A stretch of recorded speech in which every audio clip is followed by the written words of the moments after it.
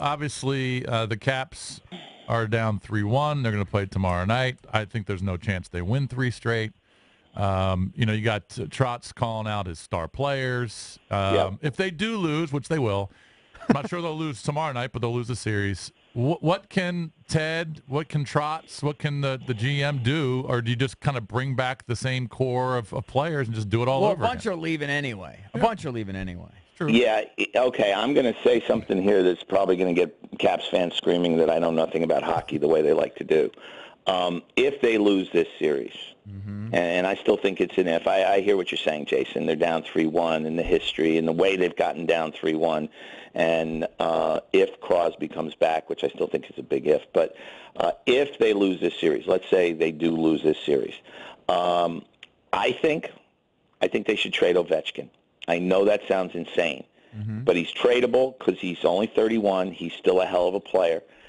You could get a lot in return for him. At some point, I don't want to hear any stats. The best player has to take responsibility. And, by the way, he did the other night. I mean, he called himself out. I think he's a good guy, but there's you have to top. The old definition of insanity is doing the same thing over and over and expecting a different result. It's in their heads. And if they go on and lose, the only way to get it out of your head, obviously, is to beat the Penguins and go on and win the Stanley Cup. That doesn't appear likely right now. If they don't beat the Penguins, they're going to come back next year. Let's say, you're right, Jason, a couple guys are going to leave. I think they have to re-sign Oshie. I don't care what he costs. But if they lose this series next year and they've got the best record in hockey or the second best record, whatever it might be, it's going to be the same thing. And the notion that you're saying, no, it's not in our heads, it's like saying don't think about elephants for the next 10 minutes. You're going to think about it. It's going to be in their heads. The only way to change that is to change the leadership.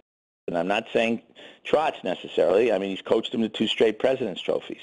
But the time comes when you have to do something radical, not just tweak it. I think McClellan's done a hell of a job tweaking this team to make it better, bringing in Oshie and Williams, and I guess it was George who brought in the defenseman from Pittsburgh, wasn't it? Niskin and Orpik? Didn't George do that? I believe so.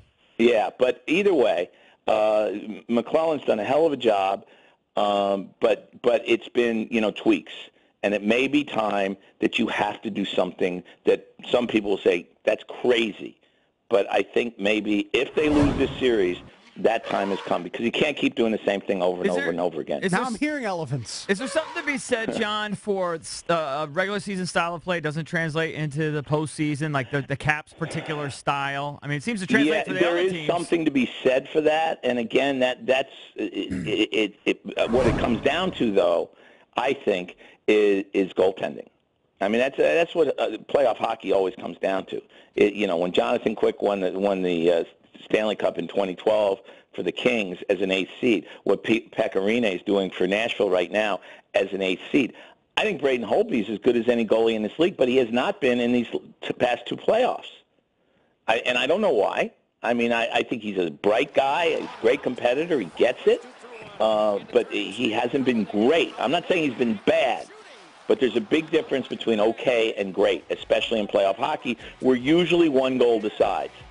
And the other thing that Dan Steinberg wrote a great column on this morning. People in this town have got to stop talking about bad breaks. Hockey, again, playoff hockey especially, is all about breaks. Right. Because you're not going to get clean looks at the goalie. Everything's going to be trafficked in front. And again, when I'm reading the other day not the media guys, not the players, the media guys talking about the high stick on Oshie, and Oshie says, I can't get my stick up in that situation. That was a mistake. You're going to get called in that scrum in front of the goal if your stick is up, whether you hit a guy or not. And the media guy, well, it was a bad call. You can see it on super slow motion that he didn't hit it. That doesn't matter.